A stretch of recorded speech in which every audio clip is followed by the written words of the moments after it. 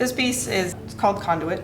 It's an entire motherboard that's been cut up into small circles, and then all of the different linear pieces that you see are soft copper that's been cut and laid out into a circuit board pattern or an abstracted pattern.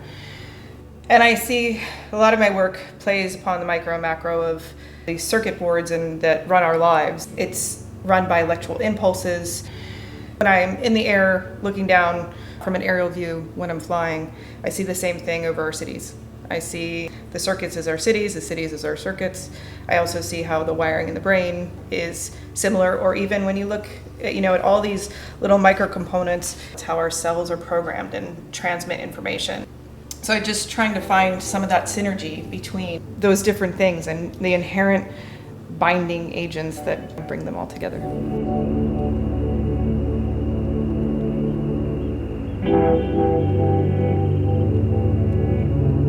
These are pieces of an aviation map that have been transferred to copper.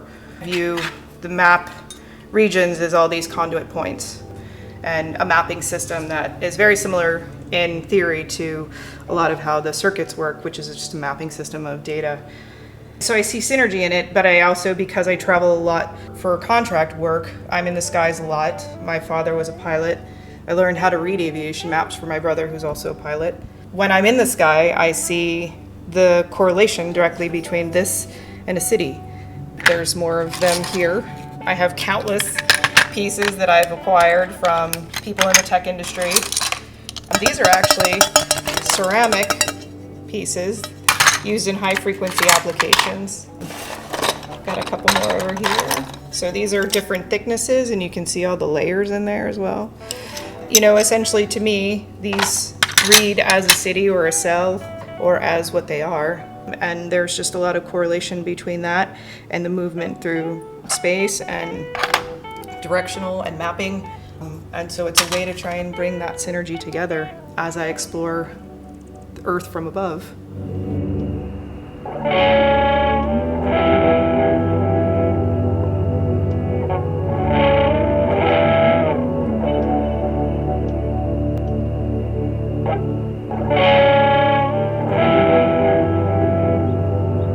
So with these, what I've done is taken these aviation maps and just kind of arranged them in different ways, and then use their lines as actually what dictates the composition. So they have some sort of autonomic way about them. I'm not trying to dictate the journey, so to speak. To me, it's a metaphor for wayfinding, and you're able to just have everything just be loose and flow, and these lines dictate composition. Same with this one here.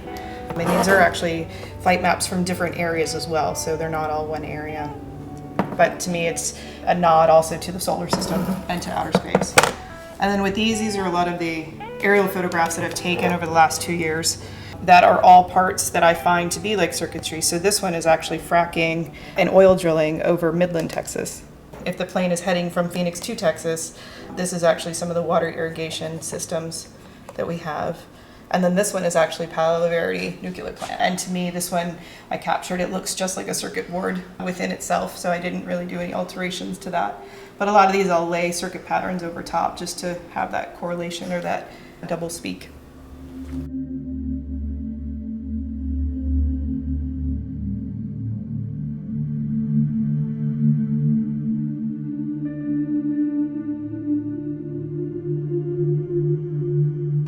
So this piece is playing off of all the different parts, as I've worked with circuits, they each have these kind of directional motifs or almost their own language in a way. And so what I've done is I've taken just those gestural parts of the circuit and broken them up into just these really free form lines. This becomes a complete meditation for me. And I'm able to just completely stack them through the process of layering paint, ultimately creating an entire universe or entire space. Or a lot of times what I'm thinking about when I'm working on pieces like this is dark matter, the things within the larger scope of the universe, quantum physics type stuff that we really don't think about often, but all related to the framework of circuitry and data and space and time.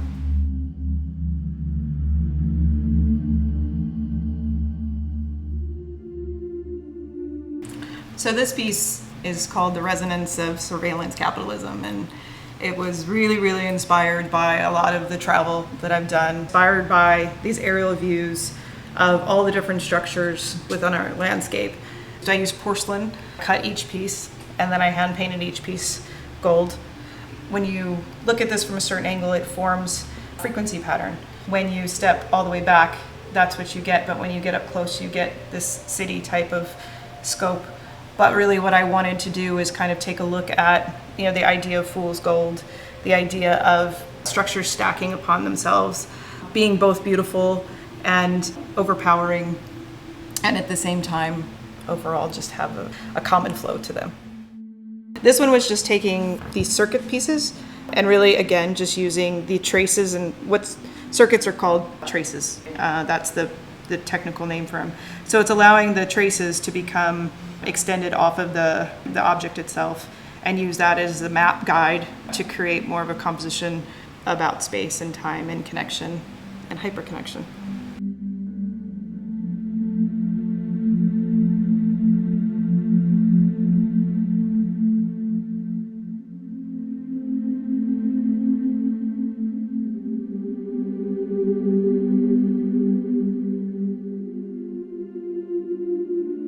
So with all of these little pieces, I've done countless pieces that are these abstracted vertebrae or bones. With these, I went ahead and decided to see what they would look like in a copper form. But I've also created the motherboard pattern within copper, or in porcelain with the copper inlay. And then this is porcelain just with a stamped motherboard. So again, just all these kind of different captures of language. This is a piece of porcelain that's inlaid into concrete, almost like a fossil. And so this is a piece of concrete with the copper inlay as well. And then we just have more motherboards that have been cut. I cut all of these on a hole saw, so I get the sheets from people in the tech industry.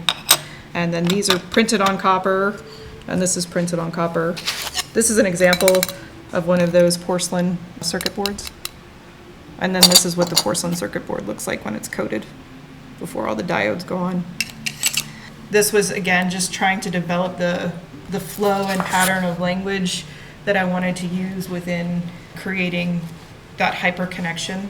I felt like there was all these different approaches, or just that, like with any style, you've got to really kind of work at it and get a feel and get a flow. And so I'm just kind of playing with how the paint lays and how to handle it on paper. This was one of the first sample pieces, or like a study for that larger gold piece that you saw. And then this one became obviously the next extended one for the really large one that we saw. But again, it's just kind of building the process and exploring those hyperconnections and how they connect.